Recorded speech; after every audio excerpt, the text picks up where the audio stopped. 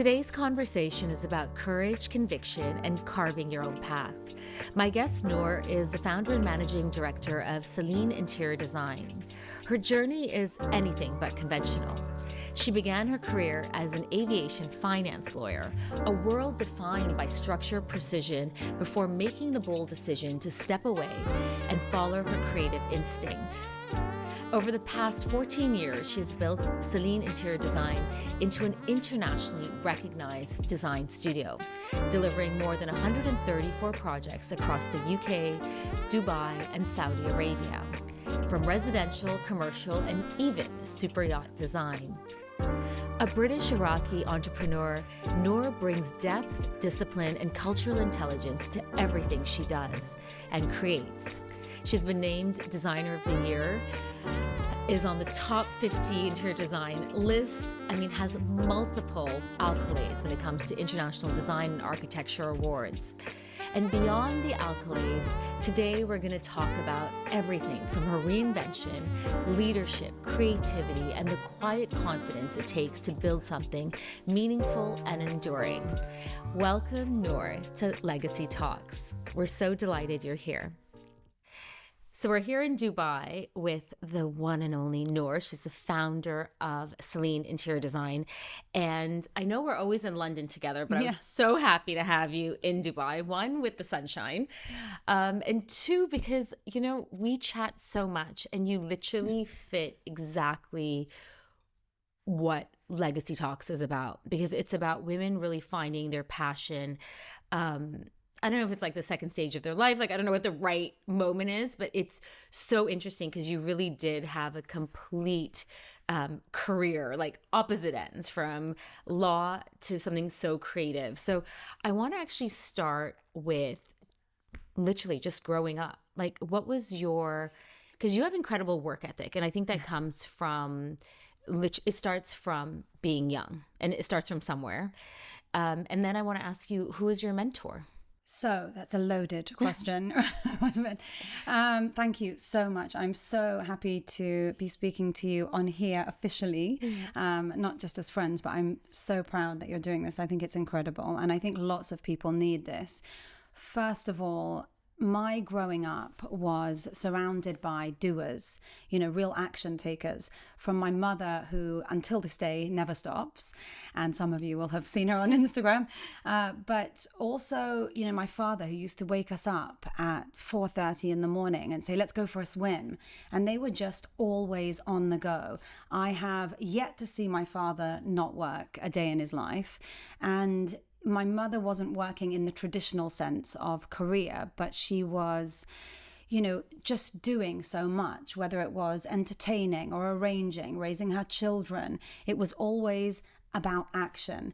And the biggest part of work ethic to me was action, because the more action you take, realistically, statistically, that's how you're going to get results. And so, it didn't mean that we took lots of action and we weren't going to fail lots of times along the way. But the more we took, the more we would eventually do and get.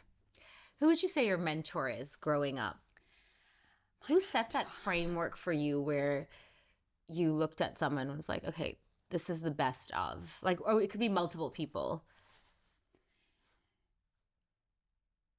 No one? No, I don't know. I know it. You don't have to have a mentor. I just just because I know you personally, I consider us very good friends.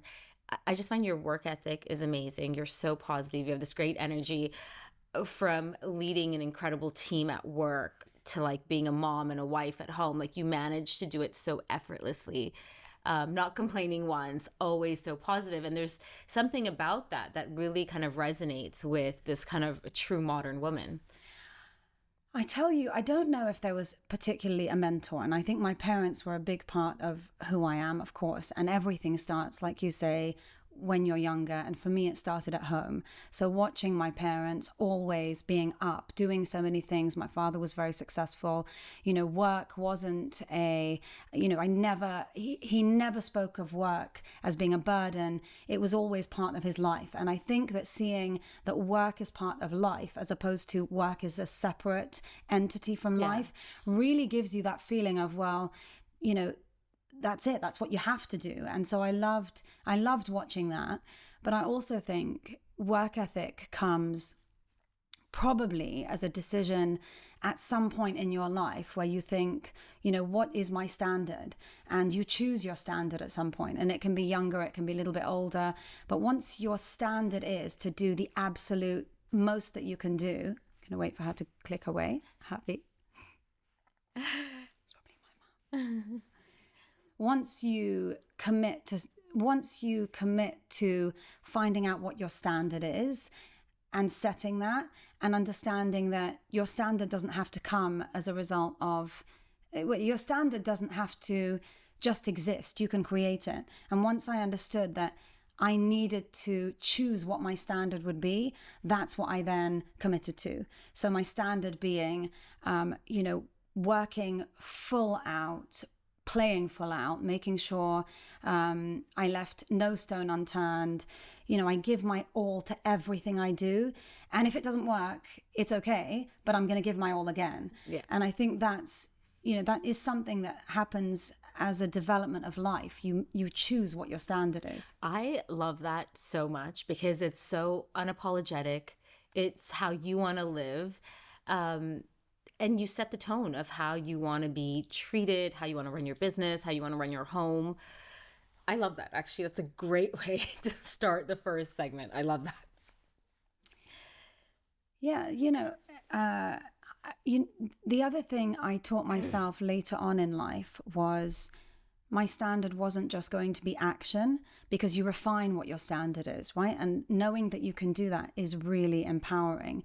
So later on in my life, maybe in my 30s, I decided that my standard was going to be constant progress, and I wanted to report to myself on that. So I wanted to be able to say, what was my progress? What did I do? And I would account to myself at the end of every year. And I still account to myself every year. So my standard can change, but my reporting to myself doesn't. And it really is a huge part of how I respond and behave how I respond and behave the next year. Because I can then say, right, I achieved this, I did not achieve this. Some things I didn't achieve were for my benefit and some not. And so I'm going to do that again this year, or change what it is I want to achieve. So knowing that I can report back to myself was always a big part of growth and development. And you have to be accountable to yourself. You don't need to be accountable to anyone else. Yeah. And I always say that goalposts should always be moving.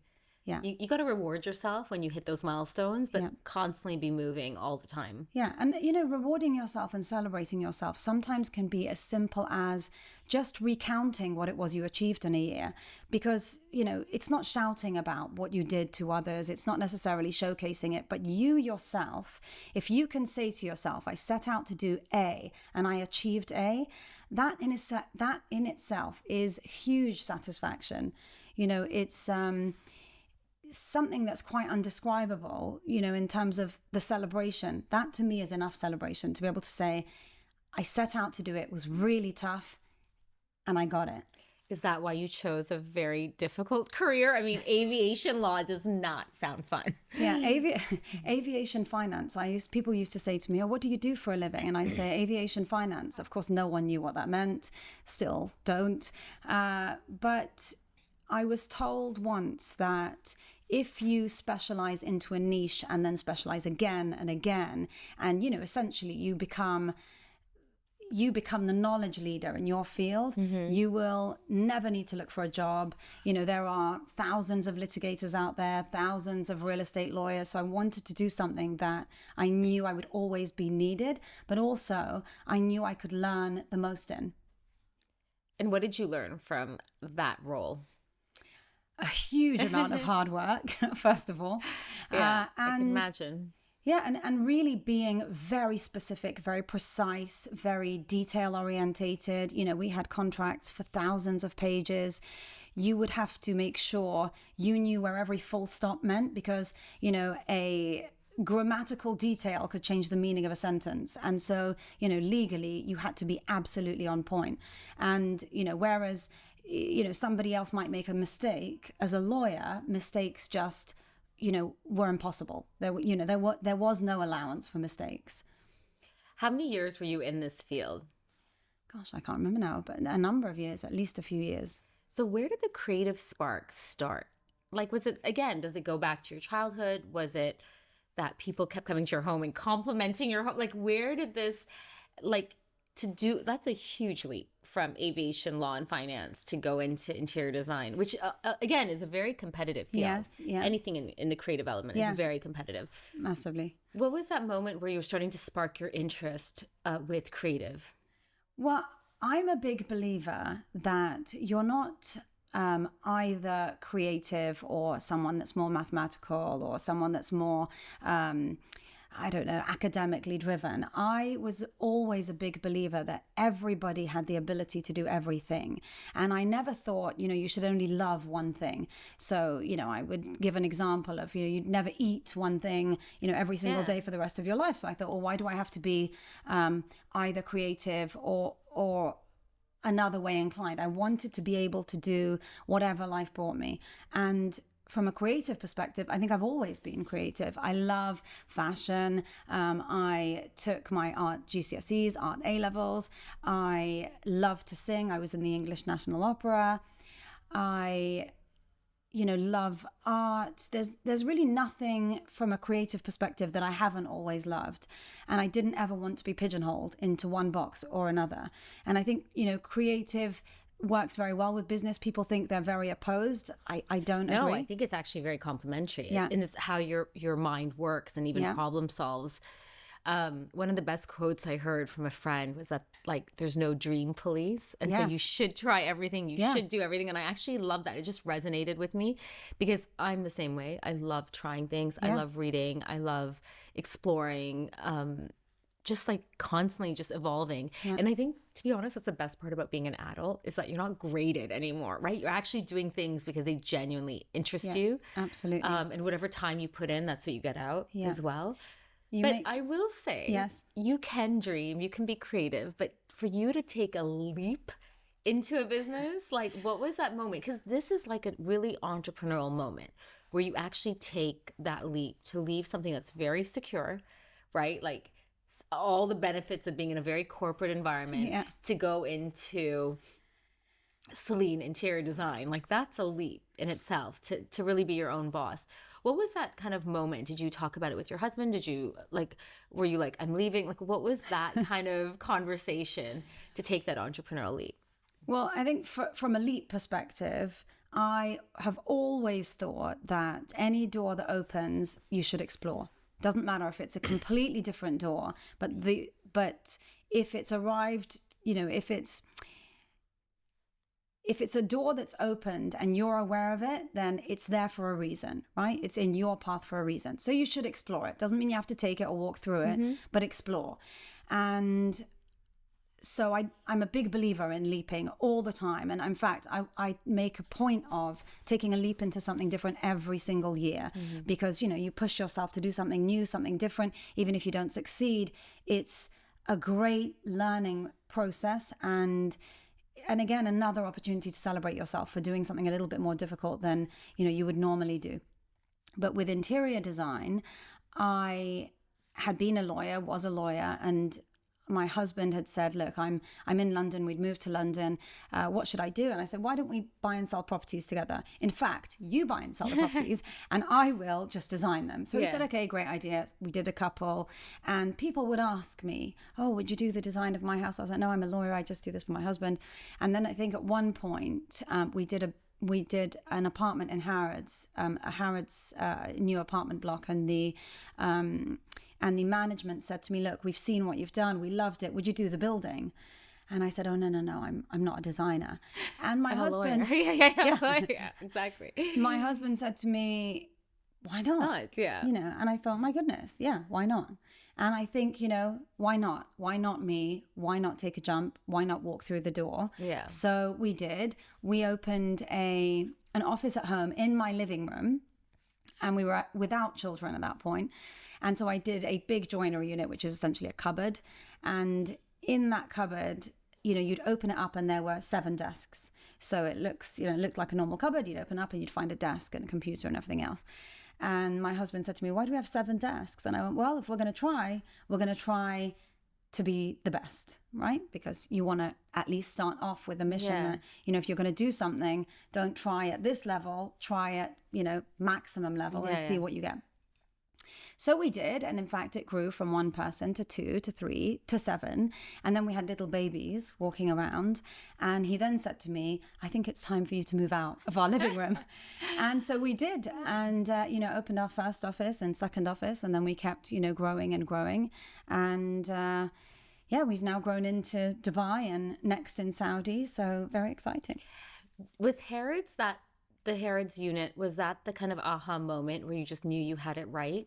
Or was there another moment where, because I always think when you start businesses, I always feel like there's this very pivotal moment where you're kind of like, wow, I have a business. And so was it the Harrods moment? Was it another moment where you were just doing a separate unit and it was just you and people just kind of stopped, or you got this kind of feeling where you just got it right? I'm still waiting for that moment. I've never had an aha moment. And I know people, some people really feel they need that, but I just almost want to say to everybody, you don't need an aha moment, and maybe tomorrow I'll have a second and a third business and a fourth, and I hope I do. It doesn't necessarily have to be a moment to me. It just needs to be, am I progressing? Is this working? Am I getting better and better? Are we changing people's lives? Are we doing the best we can? That's all I want it to be. I don't ever say to myself, oh my God, the business is amazing. I mean, maybe I should, but I just keep going. And I think for me, although I do say celebrate yourself and report to yourself, which is important, but at the end of the day, I don't like to focus on, a moment that makes me feel like, wow, I've arrived. Because I think if you ever have a sense of arrival, you're likely to sit back. And that's interesting. Yeah. I never want to sit back, until the very final moment. So I think, I'm happy that I just keep pushing forward. And, that's why I say, when people talk about relaxing and, don't you take a day off and don't you feel exhausted? I just think absolutely not. I want to be, as alive and active in every minute of this life, because what's the point of living if you're not fully alive and feeling every day and being feeling present? Yeah. What was your strategy with putting a team together? Wow, I didn't have a strategy, actually.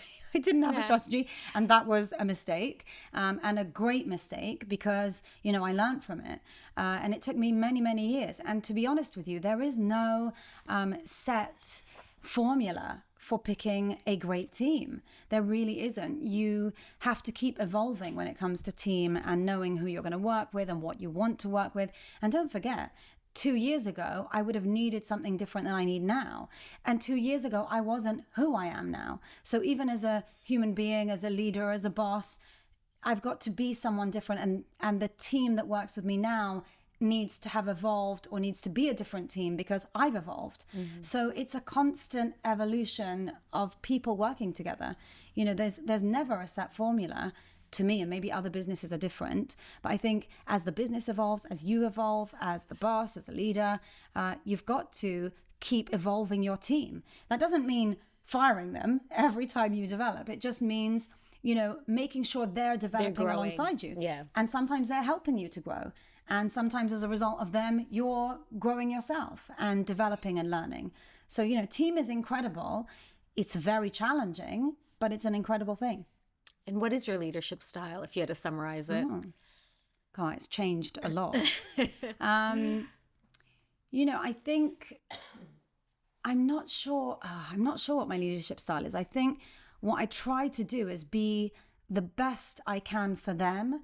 And I think if my focus is them rather than on my style, it's how I become, the best of who I can be at that moment. And again, that goes back to the fact that they are developing, the team develops. They're not the same team they were 5 years ago. And so my style has to develop to accommodate who they've become and what they're growing into, and also what the company's growing into.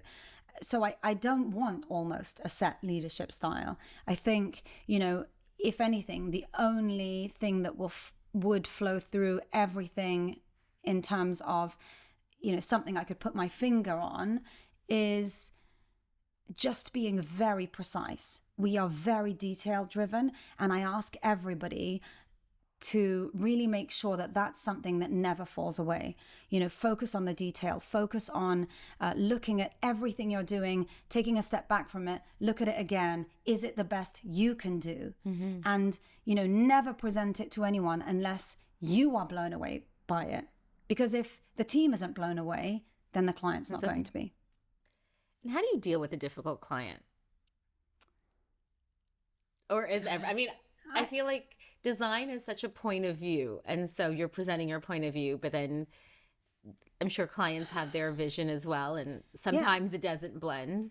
No, I think, again, I used to see this differently 14 years ago, and I see it very differently now. I think my job is to really help people find their voice rather than to try to curate it. And it's a very different style and different approach. If the design is always about me, then they're walking into someone else's version of home. What it really needs to be is their home, their voice, and I'm the tool to help them get there in the absolute best way possible, right? So that their design is essentially impeccable, but to their taste and style. We have a company style we have a style that we show, at least on Instagram, but we have done a plethora of different styles and different homes. And I hope that every one of those really represents each of our clients. So I think I might have seen years ago a client trying to implement their own designs as difficult, whereas now I think that's exactly what it's meant to be. So I think my approach to it has changed. And since my approach has changed, I really don't find my clients difficult. What they're asking for is exactly what I'm there for. Yeah. And how to help them live in a very comfortable manner. Absolutely. That resonates with their style. Absolutely. And it's impacting their lives. What we do is really underestimated because people see interior design as furniture and pretty things and beautiful settings. Interior design, the way we design a space impacts the way people communicate, the impact we have on you, on your guests. We can re-engage the way your family speaks to each other just by setting things out, laying things out differently. We can create different types of impact for different types of rooms so that we bring your energy down, bring it up, make you feel more resourceful, make you feel more inspired. We can do so much without you even thinking we've done it. So it's incredibly important. We spend gym memberships trying to, change our state, make ourselves feel better. We'll go to the doctor for the same reason, psychologists. But actually, interior design does that without you even feeling it. Yeah. Your environment, I always say my home is my sanctuary. Yeah. And I have to be so comfortable there. And I want to often be at home rather than being out. I need to be obsessed with my spaces. Absolutely. And no matter where you go, you travel a lot. No matter where you go, everyone wants to come back to home. So we all might like to go out, travel, whatever it is, but there is something pulling us back. So home is magnetic. And to try and really make sure that space that you're always brought back to is somewhere that can really nourish you, deep down, internally and externally, that's powerful. And that's excellent design. Without naming any clients, I know you have clients that you've done multiple homes for across the globe. How do you differentiate where, do you take into consideration the region that they're in? How do you make it different so every home has their signature touch, has your signature touch? Because that is, I also think having multiple homes with one designer is really based on relationships. You really know the client. Yeah. What are some of the things that you make sure that you take into consideration in new environments? So we do a lot of research, and if we're in a new place, a new country, a new environment, we research that area. We also design hotels. So, we really do have to research the area, the culture. And we're also very lucky because we have a very diverse team in terms of where they're from, the languages they speak, their religious backgrounds. And all of that really helps to, the research included, the team that we have really helps to think of the design differently. But the thing that really helps the most is getting to know the client really, really well. So, we spend hours doing a design brief. We don't do a quick design brief. We don't just send out a questionnaire. Our design brief is huge and probably the most important part of the design. So, you have to remember that's also the first meeting you get with the client where they're really excited and they're, really wanting to see everything. So when they're at that state where they're very excited and they're really, into the process, that's when you really get to know, what is it they want, and really delve into how can you reignite that happiness, happy association within the project, but also ask them about how they live. We ask to see, is that bothering you? We ask to see all of the members of the family. We don't just ask who the members of the family are, and we don't just interview them. We also ask who the friends of the family are. We want to know who regularly comes, who irregularly comes. We want to know if you've got close friends that have particular hobbies, so that we might have, special things there for them, so that when they walk into a home, they're a little bit touched by it. So I remember a friend of my husband's, give my own home, as I don't want to give an example of one of my clients, but one of my husband's friends is a real cigar lover, and he would come very regularly to our home.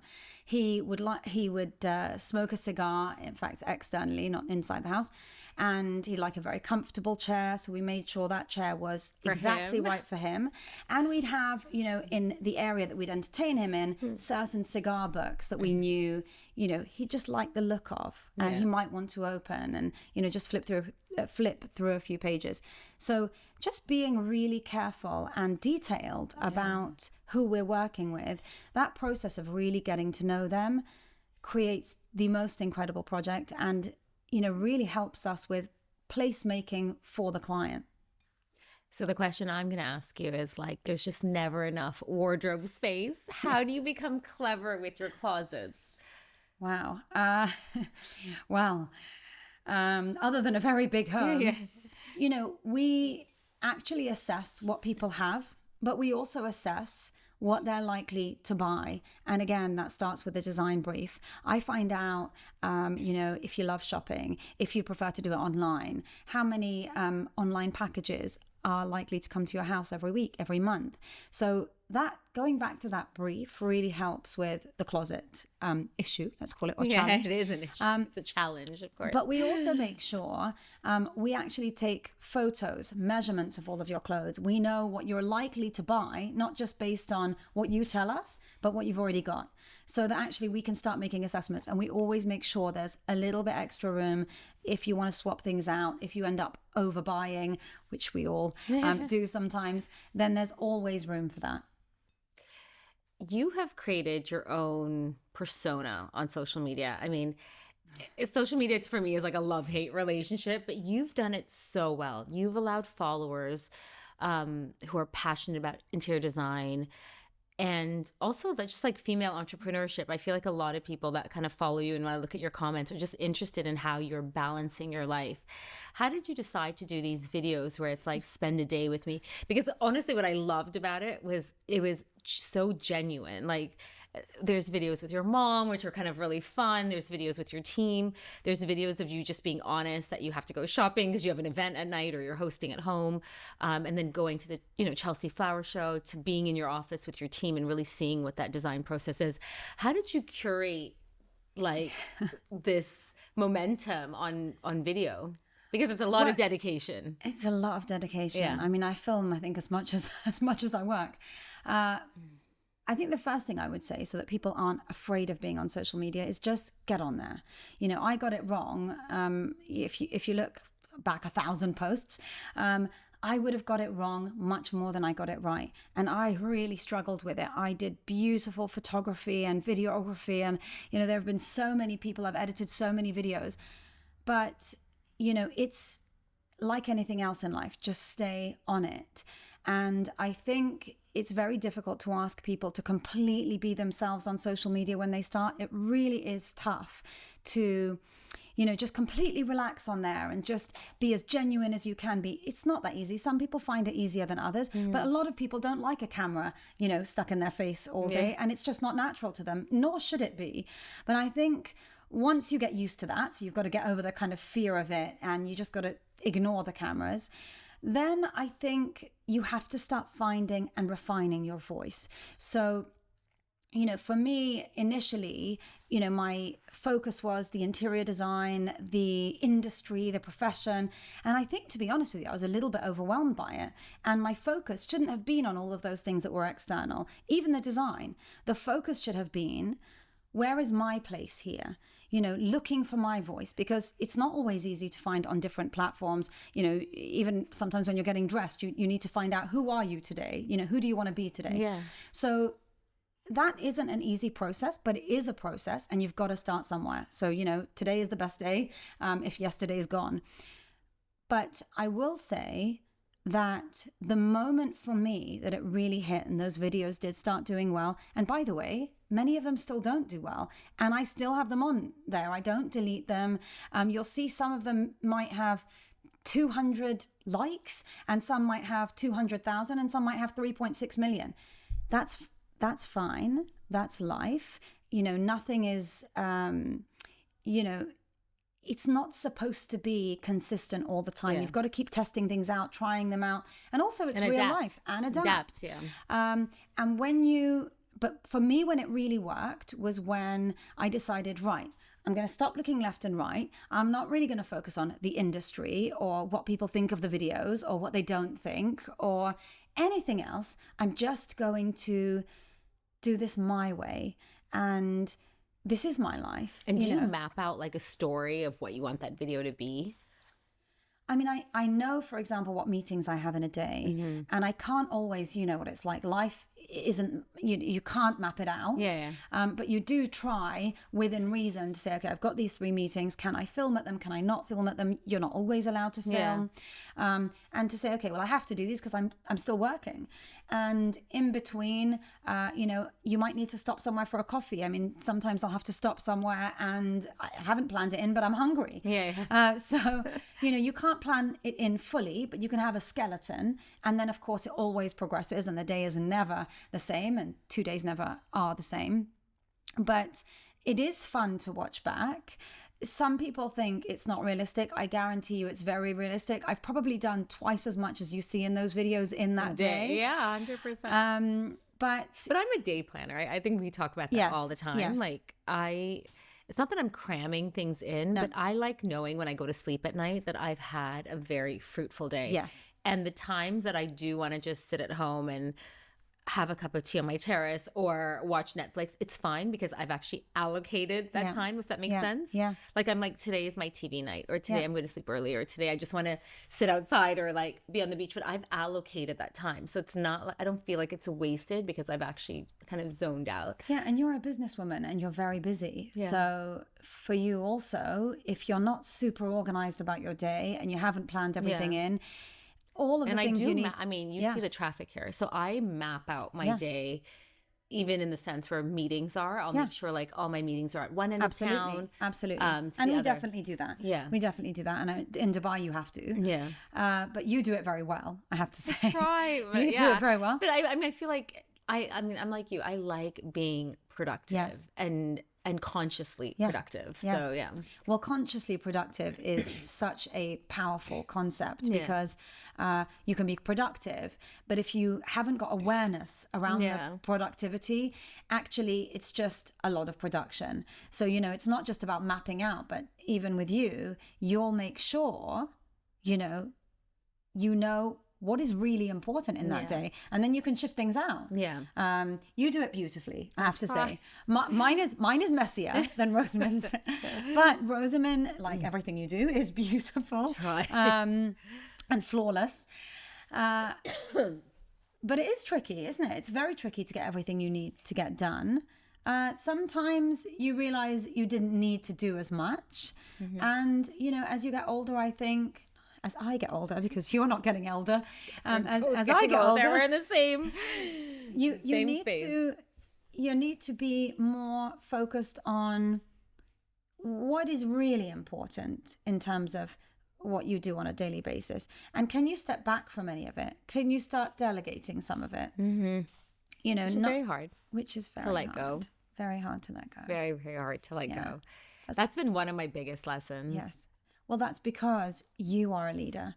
And when you are someone who leads and you are very professional and very successful, very few people, I'm sorry to say this, but very few people will do it like you do it. They haven't had the experience in it, but even sometimes when they have, there's not that dedication or care or drive for it in the same way that you've got it.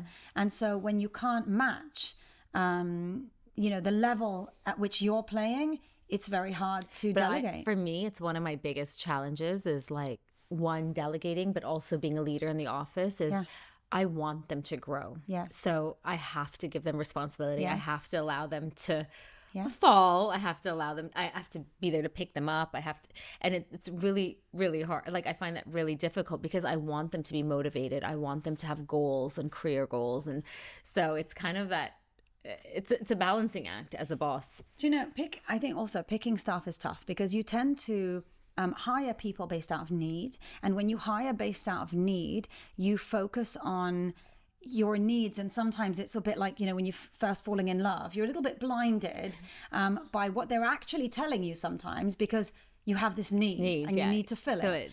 Whereas if you could consciously say, which of course is not a business reality, I'm going to take my time and build this perfect team. Well, no one would have you'd have much less staff issues. But I think when you are in need, it blurs the vision a little bit. But also, we realize a lot that the training that we do, the time and effort that we put into people, not all people, but some people, actually it's wasted. Not because there's anything wrong with them, but they're not the right people for that role. And so in fact, it doesn't really matter how much you train or what you put in. They were never going to step up in the way that you needed them to for that particular role. So it's also knowing who to put that effort into and then making sure that, then I'm going to give my all, because otherwise it's exhausting. And a part of business and a part of why it's so exhausting to have a team of staff, if there's if it's a sort of up and down, I shouldn't say that. But part of the reason it's challenging to hire is because there is going to be this up and down when, you're not always sure who should you be fully training. Yeah. It's a difficult decision to make. And, nobody can tell you, that it's going to be 100% right all the time. No, it's one of the biggest, I think HR is one of the biggest. Yeah. For every business owner. Yeah. Every 100%. Business owner. So I always say that every business I do, I always start with doing like a SWOT analysis of myself, which is very difficult because it's like a little eye opener. And then I say, what am I good at in this business? Or what am I personally bringing to this business? What are my skill sets? And then all the blanks is where I start kind of filling the HR roles and making sure they have very defined roles, and then where they kind of overlap where they need to, because at the end of the day, the last decision is me, right? Like I make the last call on everything. So, yeah. But the HR in itself, hiring and job descriptions and all of that, it's just not exciting. And I think this year what I've realized, and it's one of the ways in which I really changed my style, if you like, of hiring and of also bringing on the right team, is actually by making my focus not necessarily the qualifications or necessarily the past experiences, because I might think that somebody's worked at a similar firm, but they might have done a slightly different thing, or they might have worked in a really great interior design company, but it would be a huge company. Yeah. And so though the name is great, in a massive company, they would have done a very little part of the same role that I'm hiring for. Yeah. So rather than focus on the hiring and all of these skills, I focused on how do we team build? And I'd never really done this before. And we started to try and build culture. And so we'd have these meetings every week, and we now still have the meetings every week. And I tell you something, it's been a huge game changer. We just have these meetings where we are telling everybody in the team, because they're not necessarily seeing everything that happens or all the meetings that we have outside of the work that they do on a daily basis. We tell them about all the exciting stuff that's happening behind the scenes. We open their eyes up to everything about interior design rather than just their area, so that they feel like they're in your world, and your world is really exciting. It's fast paced. There are crazy things going on in the background. And we also share our failures. We'll say, we made this massive mistake, and this is what we think we're going to do to change it. Who wants to help? Yeah. And when we're in a new venture, and getting them involved. Yeah. We ask them, does anybody want to be involved in this? Does anyone have, I launched a course recently. Does anybody want to be involved in teaching with me? Does anybody want to be doing the good floor plans and bad floor plans with me? And actually, you'll find that there are people who are really interested, and actually they've always wanted to do something like that, and people will say to you absolutely not, but they find it interesting to be a part of the whole process. And just really becoming a closer team, so actually having more personal relationships with them, which I used to be afraid of, because I used to think, the boss should be slightly different, the boss should be slightly set apart from the team, and if you're too close, then it's going to be hard when you've got something hard to say. It's the opposite. Actually, you create these friendships in the team so that everybody there feels like family. There isn't really work and life. There is only life, right? I don't understand that concept nor believe in it. And so this is a chunk of their lives that they're spending with you, with me and the rest of their colleagues. Yeah. So you want to be real team members. I don't necessarily believe in wanting to be like family, because family can make lots of mistakes, and you've just got to accept it and keep moving on. But being a team that's able to stand up for each other. If you read my WhatsApp messages, this is literally what it is. I'm like, we are a team. Like, work together. Like, have that initiative to be like, let's help to get this goal done, and working together. I mean, this is I think it is the greatest I feel like you've been feeling. reading my phone. This is literally what I've been talking about all week. 100%. It's the greatest feeling. I'm gonna give you an example. We were launching the course, and it was a very tight deadline. My CFO said to me, I don't know why you set that deadline. It's an arbitrary date. It doesn't need to happen.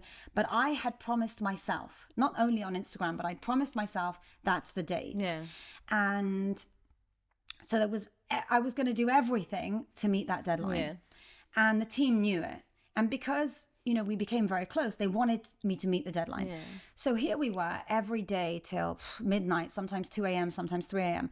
And I remember one of the editors saying to me, looking up, and we were exhausted, eating pizza and terrible food in the middle of the night, and said to me, I think I recorded it even, and he said, I think this is the best job I've ever had in my life. Now, if someone says that to you at 3 a.m. when we're all exhausted and we're under intense pressure, you've done something right. And even now, and we've not had a late night in, months, thank God, that same team of editors will say to me, we miss those days. I mean, we were exhausted. But there was like an adrenaline rush, right? It's like working together and achieving that goal. People would stay even if they didn't need to. Yeah. So if you were there and I knew you were going to be there till 1 a.m., I didn't want to leave you. So I'd just stay with you, even if it was just to talk. Yeah. And to order the pizza. Yeah. So we just stuck together. And those moments, if you allow them to be, can become the greatest moments of creation of a team. And team is so important. Love that.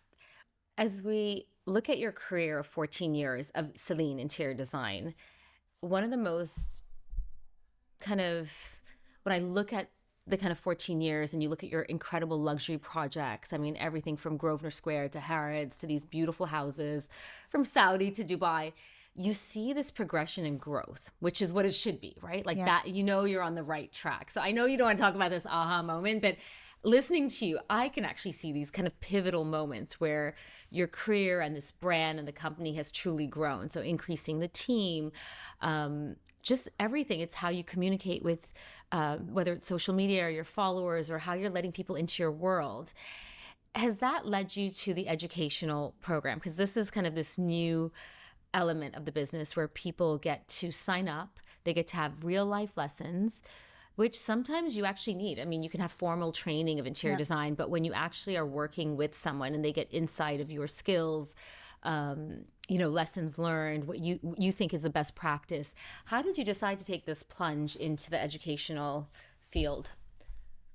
So I've always loved education, but I think education in terms of further learning, let's say, has always interested me because, I did my own courses in interior design. I didn't love them, so I won't say which they were. And I've also been to university, and I just looked at that kind of more developed learning, and I didn't love it. And I've always been really passionate about finding ways in which, how could I improve it? How could I really give authentic lessons? And actually the interior design course idea came in COVID.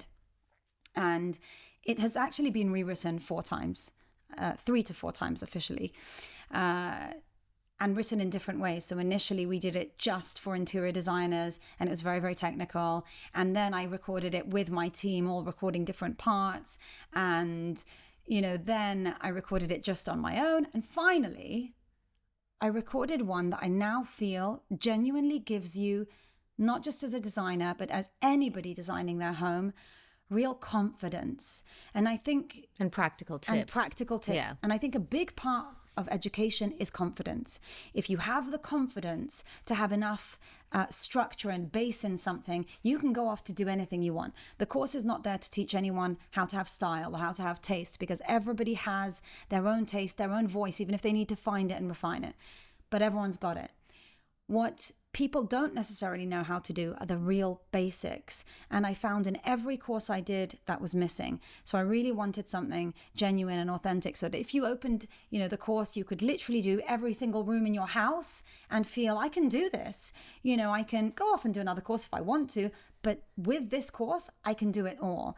And I actually imagined my sister at the time when I was recording it, because she had bought this house and had said to me, Noor, can you design the house? I was like, I just don't have time. The team doesn't have time.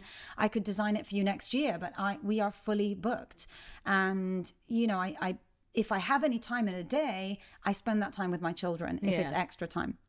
So I said, I absolutely can't. It's a whole project. It's a whole house. And then I thought, I'm going to write this course with her in mind. So she is, an accountant. Yeah. An accountant, has nothing to do with interior design. In fact, finds it quite overwhelming. Mm-hmm. So I thought, okay, how do I get this to be an A to Z guide so that she could do anything?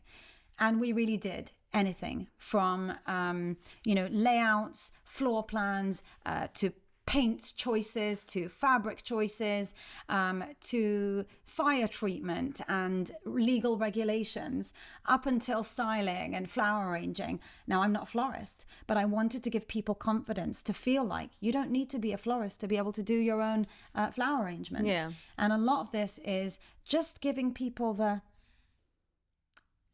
just empowering people, let me say, to be able to feel try something new. Yeah, try something new. I can do this. Yeah.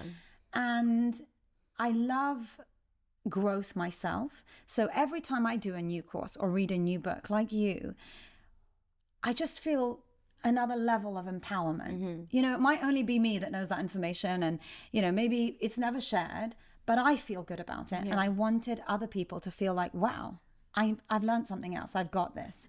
And that's a really good feeling to be able to give that to people.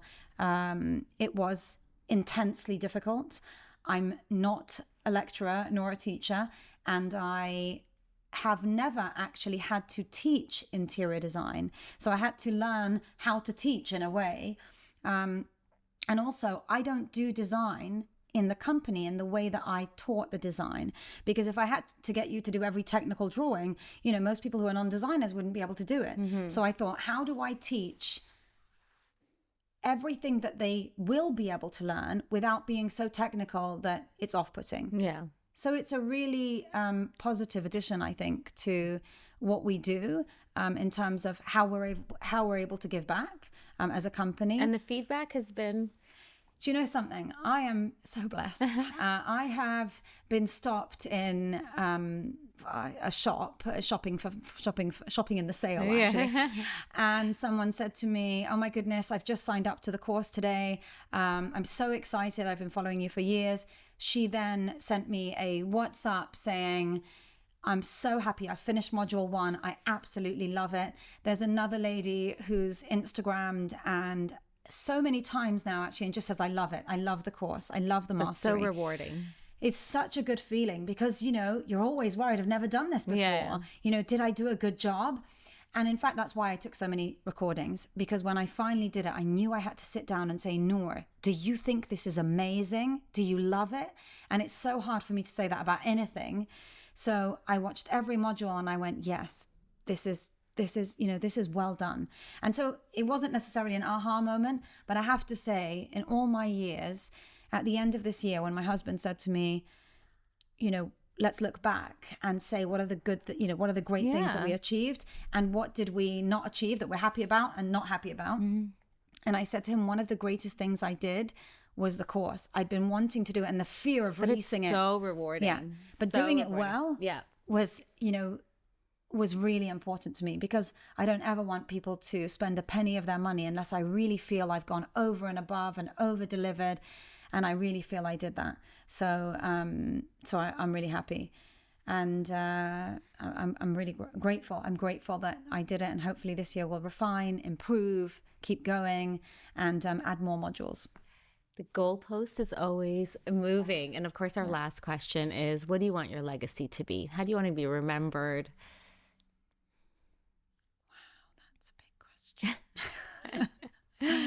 My legacy, I don't know.